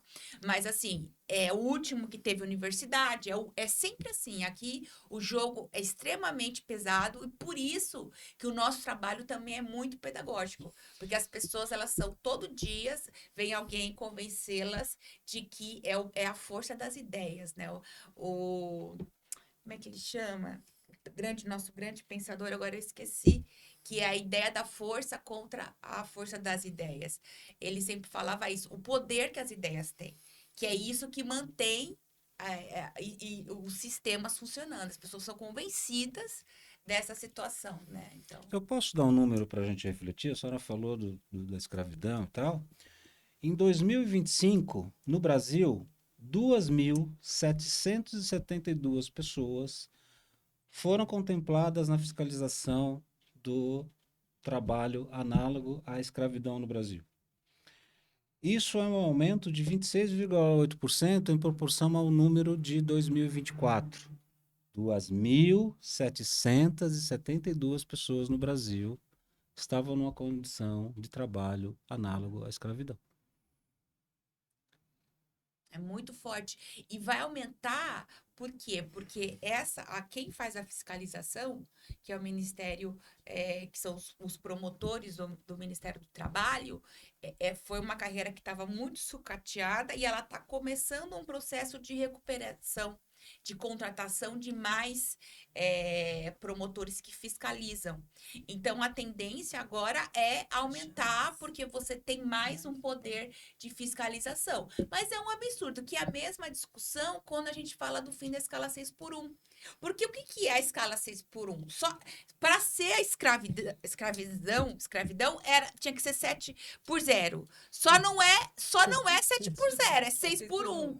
É o mínimo para dizer que não é o mínimo. E esse mínimo é insuficiente. Então, quando a gente faz toda uma discussão e a gente já vê partidos como o partido do PL, que é o partido do Bolsonaro, tendo seu presidente, Valdemar Costa Neto, falando que vai atuar dentro do Congresso para que não seja pautado outros partidos de sustentação do Republicanos, que é o partido do Tarcísio, dizendo que também vão trabalhar contra o fim dessa jornada abusiva, é escandaloso, é indignante. E que se as pessoas, de fato, tivessem acesso a essas informações, elas também estariam indignadas. Porque quem tem uma mãe, um pai, uma criança que trabalha nessa escala, ou se alguém da sua família trabalha nessa escala, sabe do que a gente está falando.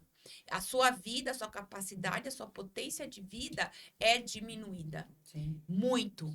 E a gente está aqui para ter uma vida boa, justa, em abundância, né? Como está na Bíblia, inclusive, para todo mundo.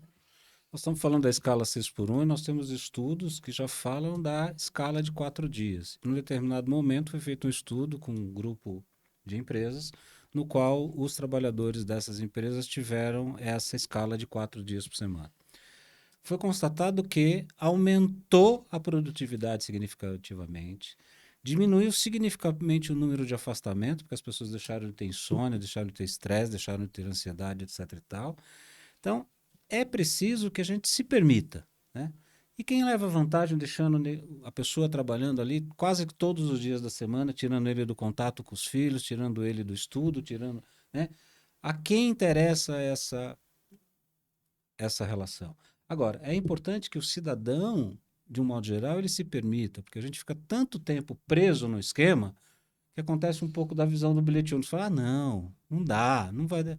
Pô, coitado do meu chefe, caramba, o que eu vou fazer com o tempo vago? Eu vou ter que ser mais gentil com a minha família, eu vou ter que estar mais presente, vou ter que ir no parque, vou ter que correr. Só que os milionários do mundo fazem vídeo dizendo assim, eu acordo 4 da manhã para fazer meu exercício, eu tenho que ter vida saudável, eu tenho que comer minha saladinha. Nós também queremos o mesmo direito e o mesmo espaço, não é isso, deputado? Sem dúvida nenhuma. E além de ser mais produtivo, é importante a gente lembrar que por que também eles são contra? Eles são contra porque eles são ideologicamente contra a população ousar sonhar que tem direitos. Porque se a gente... Olha, a gente vai trabalhar muito para aprovar o fim da escala 6x1 esse ano. É a grande meta de todos os congressistas que são progressistas, que estão do lado da população. Vai trabalhar muito para aprovar, ainda esse ano, o fim dessa escala. Mas, além desse lobby dos empresários de não querer, o não querer deles... Porque você mesmo disse, existe todos uns dados que dizem que não cai que aumenta a produtividade. Então, você vai dizer assim para mim, mas por que então tem alguns empresários que estão contra? Eles estão contra porque o problema não é a questão que vai ter um colapso econômico. A questão é a mudança de paradigma na cultura do pensamento das pessoas de terem ali uma concretude de que elas podem sim ter uma vida melhor, que elas podem sim ter direitos. Perceba que pode parecer uma coisa sutil, mas não é. É ideológico. Esse debate é ideológico, porque quando você vai para os números da economia, não se sustenta. Então, por que eles são contra? Porque eles são ideologicamente contra a população ter uma vida mais digna. Isso é ideológico, faz parte de como eles querem sustentar o seu poder dentro da sociedade. Florestan Fernandes. Eu ia falar Ai, meu Deus. Mas eu falei, melhor não. Se revirando lá na... Ele falando, ai, Luciene, é o Florestan, isso, a força das ideias. Mas eu preciso dar o crédito, não fui eu que fiz isso. Foi o nosso João, nosso gênio da lâmpada. Nossa, Nossa, das ideias. ponto eletrônico aqui, assim, ó. Obrigada, João. Desculpa, Florestan. Eu falei, eu vou arriscar, mas aí... É, o Florestan Fernandes, a força das ideias. Parte de mim não queria dar o Contra a crédito. ideia da Parte de mim força. fica na sua, não fala nada. É isso. Agora, a outra parte que é a maior, se fala do João, ele é Fala seu do chefe, João. ele vai te lascar. Que programa maravilhoso. Deputada, se a gente tivesse que fazer aqui um mapa das ações de pautas importantes que estão acontecendo no Congresso Nacional, a senhora me diria o quê? Olha, primeiro enterrar qualquer possibilidade da volta da tramitação da farsa da reforma administrativa, porque isso é uma tentativa de legalizar todos esses absurdos que a gente já está vivenciando aqui no governo do Tarcísio, Ricardo Nunes e em outras prefeituras. Então, não pode ser instalada, não pode ir a plenário, porque ela pode ir para plenário num dia. Lembrem-se que num dia o Congresso Nacional votou em um dia a PEC da bandidagem. Foi num dia. Eles colocaram em plenário, não teve comissão especial, porque eles atrelaram a outra PEC e votaram em 2 turnos, já foi para o Senado. Num dia eles fizeram isso. Então, eles podem fazer isso. Então, é enterrar. Outra coisa... Posso só abrir um parênteses? Oi. Fico imaginando o seguinte, imagina eu, Marcos, servidor público da Fundação Casa, moro lá em Marília, estou escutando a senhora falar, percebo que a reforma administrativa vai me ferrar. Como é que eu posso contribuir para que a sua voz, para a voz das pessoas que estão atentas e que defendem o interesse dos servidores, como é que eu posso contribuir? Eu entro na sua página, eu entro na página do Senado Federal, do Congresso Nacional e boto lá Tem meu que acompanhar, posicionamento. porque a gente tem que acompanhar, tem que participar e acompanhar também os sindicatos, acompanhar os deputados que são a favor, e a gente tem que entender que o nosso trabalho não é só votar e eleger os nossos que nos defende, a gente tem que denunciar quem nos ataca. A gente tem que explicar para as pessoas que não é amigo, é inimigo de classe. A gente tem que expor. Então, a gente tem que fazer esse trabalho contínuo. Não é vigilância total. Então, esse é a primeira pauta. No STF, a gente tem uma ação, inclusive esse mês, eu vou estar com o presidente do STF, só para novamente fazer um apelo para que ele coloque em votação todas as ADINs que julgam a reforma que o Bolsonaro fez em 2019, que implementou o confisco dos aposentados. E não só, mas majorou as idades mínimas. A gente derrotar essa reforma do Bolsonaro é fundamental para a gente avançar nas outras pautas que a gente tem, como é o caso do sócio-educadores, de ter aposentadoria especial. Porque a reforma do Bolsonaro de 2019 acabou com a aposentadoria especial, inclusive dos professores. Porque ainda que formalmente na lei ela ainda exista, como ele aumentou a idade mínima para se aposentar, na prática ela não realiza, a não ser que você comece a trabalhar com 40 anos. Agora, quem da classe trabalhadora, entendeu? Como é que eu comecei a trabalhar com 15, com 19 eu já estava concursada na escola, professor de educação infantil. Entendeu? Então, na prática, acabou. Então, derrotar as reformas é fundamental e só falta um julgamento. Já foram vários, só falta uma audiência. Se ele pautar, a gente consegue essa vitória. Então, é um trabalho de pressão em cima ao presidente do STF para que ele paute essas ADIs e isso vai ter repercussão nos outros direitos. E a pauta, o fim da escala 6x1, essa é uma pauta importantíssima. Por quê? Porque ela vai falar sobre qualidade de trabalho, aí você vai dizer, mas isso não interfere. Interfere porque a gente tem a luta do J30 para todo mundo, a gente tem outras lutas sobre condição de trabalho que vão repercutir. A partir do momento que a gente consegue fazer uma abertura dessa magnitude, que é voltar a uma escala que já foi a norma no Brasil, quer dizer, a gente recupera direitos que nos foram roubados, isso vai repercutir e vai abrir espaço para que outras pautas que estão represadas do serviço público também caminhem. Então, essas são as pautas que a gente vai atuar. Tem outras também, mas essas são as pautas mais sensíveis, além da gente pensar na defesa da nossa democracia e soberania, gente, porque tudo isso que acontece, por exemplo, esses ataques que agora aconteceram no Irã, isso pode ter consequências no preço do petróleo, isso pode aumentar muito o custo de vida. Então, vão ser pautas que a gente vai ter que olhar com cuidado, porque a gente está atravessando um cenário internacional muito difícil, para que não haja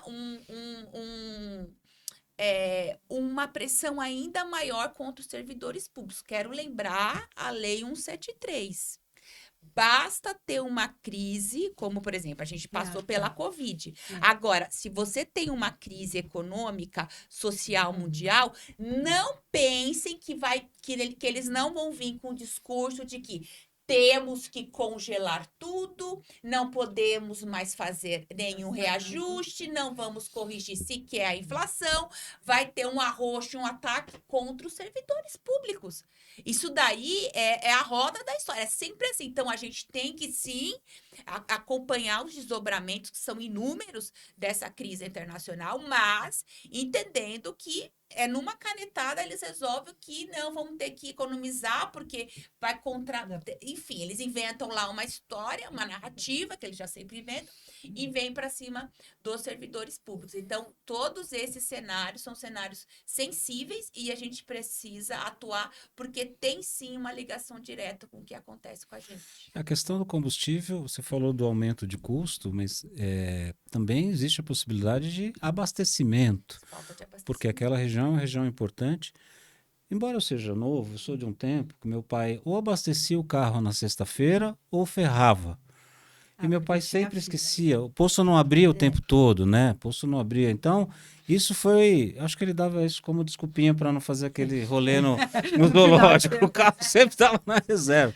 Então, a gente precisa ficar atento, porque o mundo está vivendo um momento muito delicado, né? Já visto que a Rússia, aquele presidente gente boa que os caras têm lá, está em guerra com aquele outro povo gente boa lá há mais de 4 anos, né? 4 anos que os caras estão trocando bombinha, drone, né? Agora é drone. Os caras ficam com joystick fazendo guerra e destruindo a casa das pessoas, né? Então a gente precisa perceber que há um repacto, né? Há uma necessidade de a gente fazer uma leitura mesmo, né? Eu sou de um tempo que o camarada, para ir na TV, numa TV qualquer, para ir num programa de auditório, ele ia pelo reconhecimento popular. Então ele é um artista e tal. Hoje o anúncio é assim: estamos trazendo a Gessita Camargo, ela tem mais de 20 milhões de seguidores na rede social, ela faz dancinha no TikTok, ela veio falar para você aqui como é a vida. Então, amigo, se existe uma moeda, uma criptomoeda chamada popularidade digital, por que você não gasta 2 minutinhos para fazer que um representante que defende a sua causa possa ser reconhecido como, né? E veja, a deputada ralou para fazer o descongela, tem um outro coleguinha que fica aí fazendo Cooper, fazendo corrida, e é exaltado por ter milhões de pessoas dizendo, ai, que legal que você tá, né? Então a gente precisa dominar essa narrativa aqui da mobilização digital, ela precisa ser frenética. Todas as vezes eu tenho um grupo de primos. Como eu tenho 20 tias, o meu grupo de primos tem... Nossa. A minha avó morreu no parto do 21º filho. Senhor Jesus. Era. Foi acontecer isso mesmo. No interior da Paraíba, lá uma hora bem remota, você não tinha nada para fazer. Não tinha TV, não tinha rádio, não tinha nada. E aí o que acontece? Todas as vezes que eu preciso entrar num papo sério no grupo do primo, outro dia Sim, mas você permanece no grupo. eu já saí umas 200 vezes e eles me recolocam. É karma isso aí. Nós somos nordestinos. Né? Duros, porque imagina, o cara perde pai e mãe 4 anos de idade, ele não fez faculdade, ele mal sabe ler e tal. E aí os caras botaram lá o vídeo de um certo presidente detonando um nordestino e todo mundo rindo. Aí eu olhei aquilo e falei, não, eu vou implodir esse grupo agora. Eu não vou deixar passar. Meus queridos primos europeus, descendentes da Escandinávia, tem toda a razão. Só que o cara tá dizendo aqui que vai ter nordestino e a gente não vai conseguir disfarçar muito tempo que a gente não veio da Holanda, entendeu? Embora nosso estado tenha tido uma colonização holandesa, nosso biotipo não nos permite. Então eu quero que esse vídeo seja retirado imediatamente, sob pena do diretor do grupo ser massacrado em praça pública. Eles, me bloquearam. Te bloquearam. É lógico, porque o cara não tem consciência plena ali, né? As pessoas estão vendo a rede social como uma válvula de escape, como uma coisa muito engraçadinha, e ninguém se deu conta o quão perigoso é isso. Você pega os scouts de qualquer campanha, para você aparecer hoje, não é mais com o carro de som na rua, não é mais entregando bandeirinha. Você precisa da rede social, da Meta, dos caras, gente boa da Meta, e a Meta decide se eu vou entregar o conteúdo da direita ou da esquerda. E a gente sabe que a Meta vai entregar o conteúdo da direita. Então você bota um caminhão de dinheiro lá na Meta e você não tem nenhuma certeza que esse conteúdo está sendo entregue. Na verdade, ele está sendo entregue.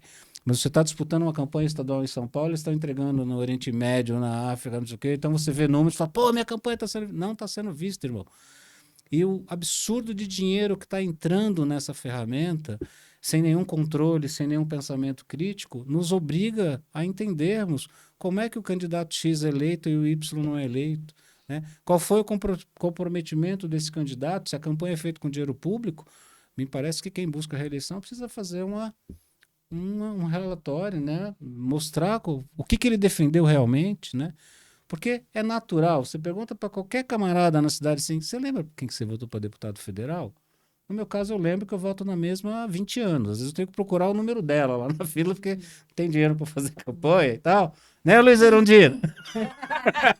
Agora, ô Marco, já que a gente vai, né, falou um pouco dessa importância do voto, é um ano especial aí que a gente vai ter eleição. Se a deputada ela pode falar um pouquinho das mulheres no Congresso e como que ela está vendo isso para agora, novembro. Porque, assim, o que a gente sabe é que em números de população, nós, mulheres, somos a maioria. Mas lá no Congresso parece que é bem ao contrário isso, né? Só bem é só um reduzido. pouquinho, trazendo um pouco para a pauta das mulheres, né? Tá. Porque a gente...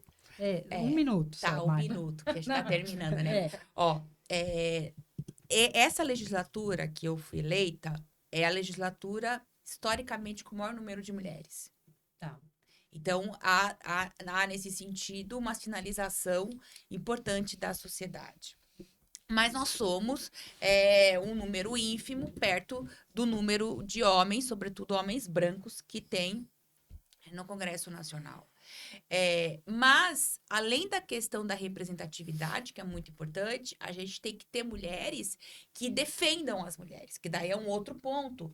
Porque a gente tem, além da gente não ser, que a gente é um número reduzido, ainda a gente tem mulheres que defendem pautas contra as mulheres o tempo todo. Então, não basta ser mulher, você tem que ser mulher e tem que se entender como da classe trabalhadora, se entender como uma pessoa que está lá para lutar pela população como um todo. E não votar em projetos como a PEC da bandidagem, não votar em projetos que são contra os direitos das mulheres. Então, isso também é verdade e isso também precisa ser observado. E isso a gente só consegue furar essa situação acompanhando as pessoas, enfim, a atuação delas. E ainda sobre essa questão das mulheres, além da importância do voto, a gente também atravessa, no Brasil, o Brasil é um país extremamente machista e violento contra as mulheres. O Brasil é um país muito violento. Muito violento. A gente viu um relatório agora, por exemplo, o Brasil tem um alto número de assassinatos. 60% dos assassinatos no Brasil, eles são cometidos por pessoas de bem, de família. 40% são confrontos entre a polícia e bandidos, e também bandidos matando a população em situações de crime, 40%. 60% são aqueles crimes que ocorrem, o cara vai lá, o vizinho fez sei o que, ele vai lá e mata o vizinho. Ele tá no trânsito, ele tá andando, bate o carro, ele vai lá e mata o cara. Aí, o assassinato de mulheres. Sim. 60%. Você percebe como é complexa a nossa sociedade? Como a gente vem de uma tradição extremamente que naturaliza e banaliza a violência. E quando a gente fala da violência contra a mulher e essa epidemia de feminicídio que a gente enfrenta, é assustador os números e a gente precisa reafirmar bem alto. O estado de São Paulo é o lugar de toda a América Latina que mais se mata mulheres. Estado de São Paulo é o lugar onde mais se mata mulheres, aonde a gente tem um orçamento inexistente de enfrentamento à violência contra mulheres, aonde a gente tem um governo de extrema direita que quer ver os nossos corpos tombados. Ele não está nem aí para a vida das mulheres, para a violência, seja ela doméstica, seja ela nas ruas, enfim, é algo gravíssimo. Então, a gente está nesse mês onde a gente está fazendo a luta pela visibilidade do direito das mulheres. É muito difícil ser mulher no Brasil e muito difícil ser menina no Brasil. Haja vista a decisão nojenta que aquele desembargador fez em Minas Gerais, soltando um estuprador. uma menina de 12 anos que estava num casamento infantil. O Brasil é recorde do mundo inteiro de casamento infantis, quer dizer, uma coisa nojenta, grave, e ele naturalizando essa situação, falando que, inclusive, isso era comum na cidade da onde ela vinha. E é importante dizer que quem faz a denúncia e fala que essa criança de 12 anos está sumida é a escola. A escola que chama o conselho tutelar para dizer essa criança X está sumida. Por quê? Porque a escola faz parte do sistema de garantia de direitos, assim como a Fundação Casa também faz parte. Então, a gente tem um papel extremamente importante na sociedade de cuidar da geração presente e da geração futura. A gente é essencial. Só que na nossa elite é uma elite que joga contra os direitos fundamentais das crianças e adolescentes e, portanto, nós seja dentro das escolas públicas, seja no pátio da Fundação Casa, nós somos alvo.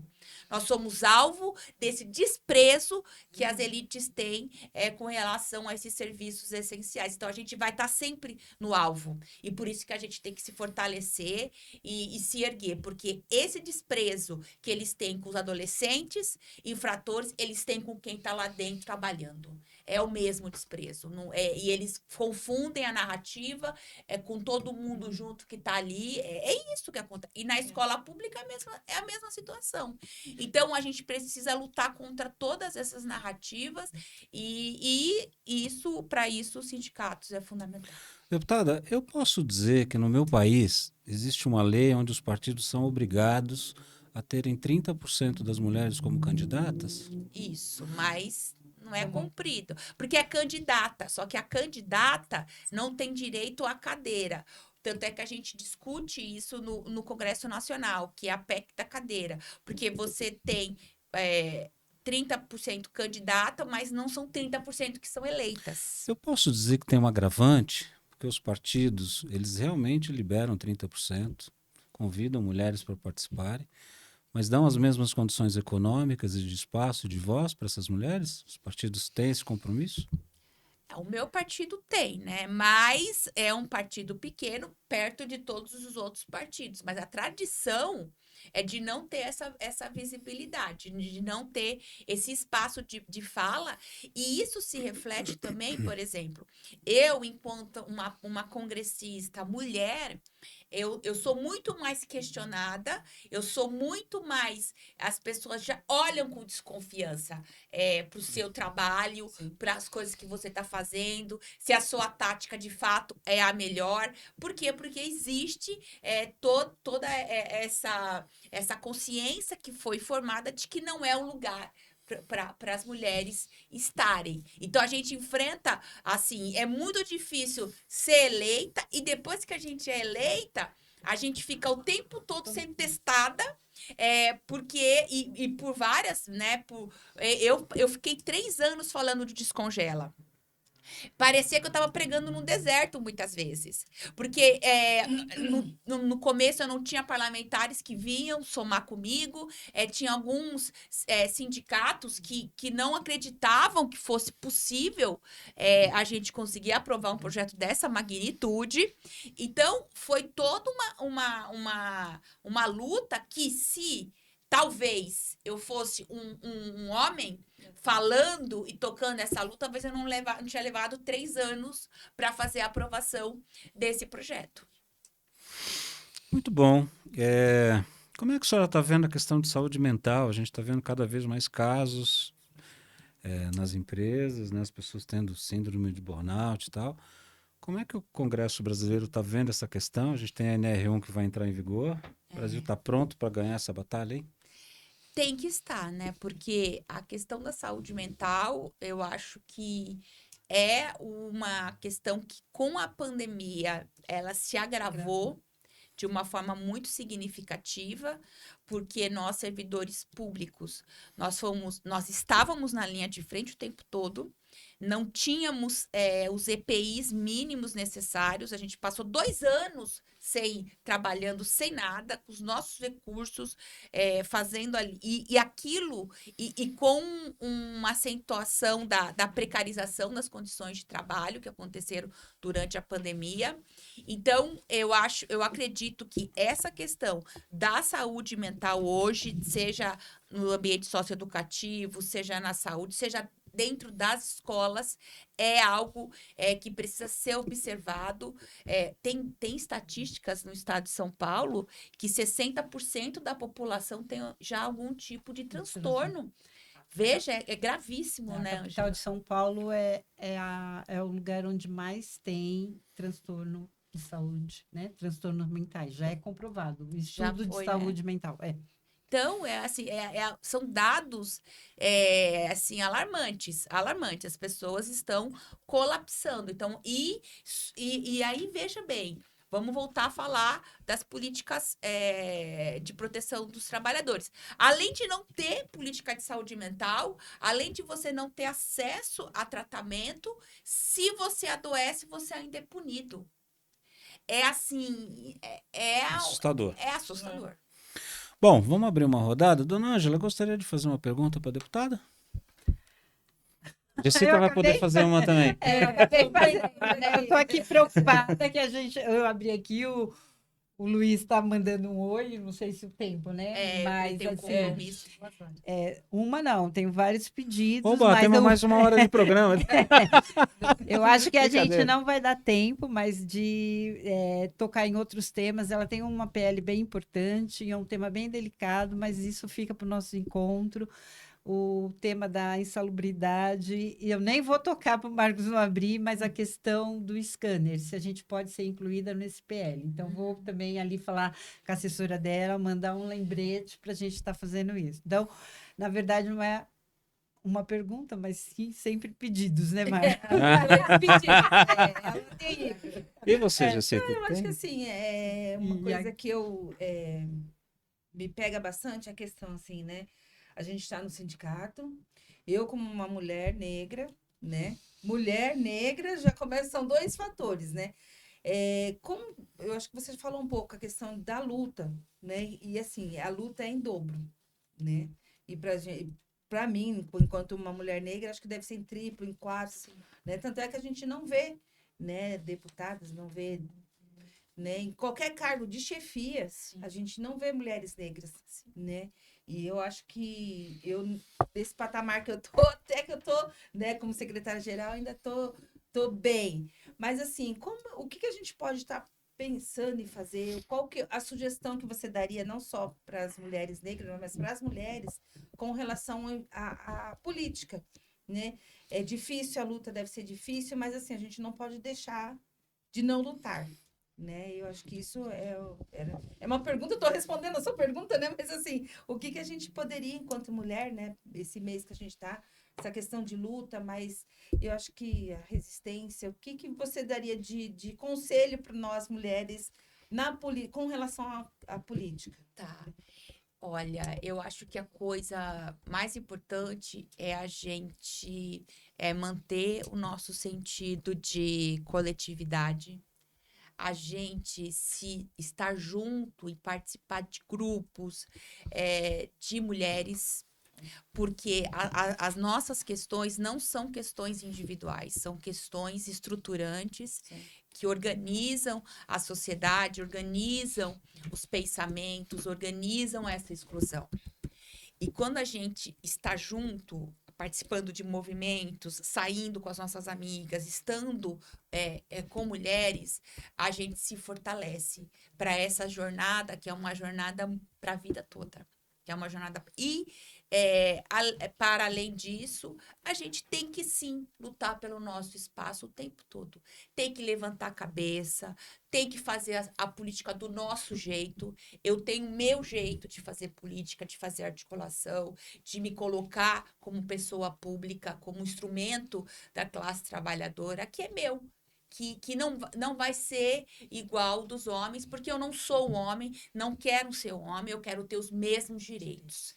E é isso que é o feminismo. É lutar por igualdade, igualdade de oportunidade, igualdade de respeito, igualdade de poder entrar e sair em segurança, poder andar nas ruas em segurança. A gente não tem esses direitos básicos no nosso país assegurado. Então, é nesse sentido que a gente precisa reafirmar esse mês de março, protegendo as nossas meninas, protegendo as nossas crianças, fortalecendo as nossas mulheres e seguindo juntas. Eu acho que esse é o principal sentido. Ninguém solta a mão de ninguém. Ninguém. Ninguém. Muito bom. Deputada, em nome da diretoria do CITSESP, dos servidores e da servidora da Fundação Casa, queria agradecer imensamente sua presença e a sua luta na defesa pelos direitos desse povo tão querido. E queria te convidar para deixar uma mensagem final para o servidor e para a servidora da Fundação Casa. Olha, mudar a vida é tão difícil quanto possível. Assim nos ensina Paulo Freire, que o mundo, ele está sendo sacana, ele está sendo esse mundo difícil de opressão, mas ele pode ser diferente. E essa questão da mudança, ela vem dentro dessa coletividade, ela vem dentro do fortalecimento do sindicato e o nosso mandato no Congresso Nacional, junto com o professor e deputado estadual Carlos Gianazzi, junto com o vereador Gianazzi, a gente é um instrumento que está ao lado das lutas dos servidores da Fundação Casa. A gente já vai sair daqui com uma agenda de tarefas.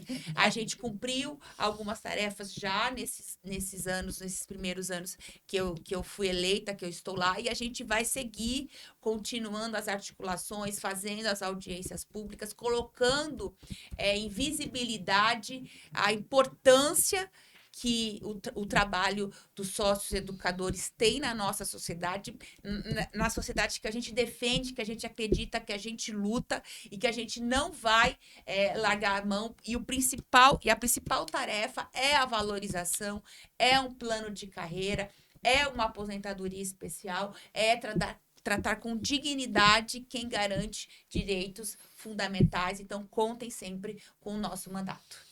Muito obrigado, dona Ângela, suas considerações finais. Olha, Marcos, só como eu disse no início, foi um programa com muita satisfação e muita admiração por essa, né, deputada, essa mulher forte, guerreira e lutadora, que sempre está aqui trazendo, né, essas informações para a gente, trazendo conhecimento. Só agradecer. Muito obrigada, deputada Lucia. Obrigada. Muito bem. Gessita Camargo, obrigado por mais uma participação.